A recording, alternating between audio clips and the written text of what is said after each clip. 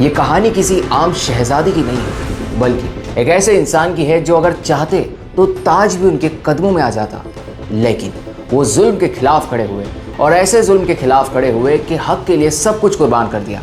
दोस्तों, ये तारीख का एक ऐसा हिस्सा है जिससे आज भी हम अनजान हैं, क्योंकि ये तारीख का एक बहुत ही नाजुक और पेचीदा मसला है। लेकिन आज की इस वीडियो में हम इस पूरी हिस्ट्री को आसान शब्दों में समझने की कोशिश करेंगे और इसीलिए इस्लाम के आखिरी नबी हज़रत मोहम्मद सल्लल्लाहु अलैहि वसल्लम से लेकर इस्लाम की एक अजीम कुर्बानी करबला तक का पूरा वाक़या आज के इस एपिसोड में। तो आइए शुरू करते हैं। दोस्तों, इस पूरे वाक़ये की शुरुआत होती है इस्लाम के आखिरी नबी हज़रत मोहम्मद सल्लल्लाहु अलैहि वसल्लम की एक अजीम क़यादत से, जिन्होंने मुसलमानों की एक प्रॉपर लीडरशिप की और मुसलमानों को सही रास्ता दिखाया। लेकिन उनके बाद खिलाफत मिली इस्लाम के पहले खलीफा हज़रत अबू बकर को। उन्होंने मुसलमानों की बहुत ही टफ सिचुएशन में लीडरशिप की और यही हज़रत अबू बकर की सबसे ख़ास क्वालिटी थी। लेकिन धीरे धीरे हज़रत अबू बकर के बाद दूसरे खलीफा उमर बिन अल खत्ताब, एक ऐसे खलीफा जिनके दौर में इस्लाम एक दायरे से निकलकर कई बर्र-ए-आज़मों तक फैलने लगा। हज़रत उमर का वो दौर था कि फितनों ने सर उठाने की हिम्मत ही नहीं की, क्योंकि हज़रत उमर ने एक ऐसा सिस्टम बनाया था कि कोई भी उसके आगे नहीं जा सकता था।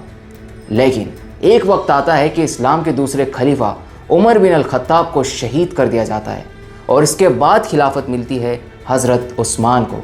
हज़रत उस्मान एक ऐसे दौर में थे कि इन्हीं के दौर में फितनों ने सर उठाने की हिम्मत की और इस तरह इसका एक नतीजा ये निकला कि उस्मान बिन अफ़्फ़ान पर एक इल्ज़ाम लगाया गया।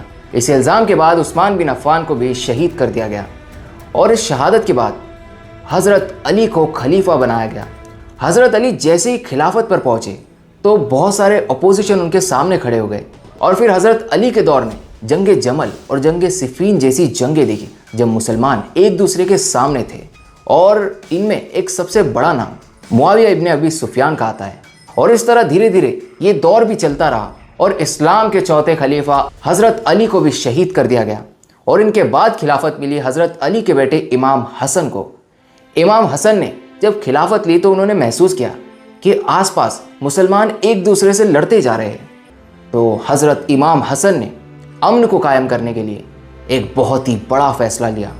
उन्होंने मुआविया इब्न अबी सुफियान के साथ एक सुलह कर लिया और फिर धीरे धीरे इमाम हसन की शहादत हो जाती है और उनके बाद ये हुकूमत मिलती है यजीद को और यहीं से करबला की शुरुआत होती है।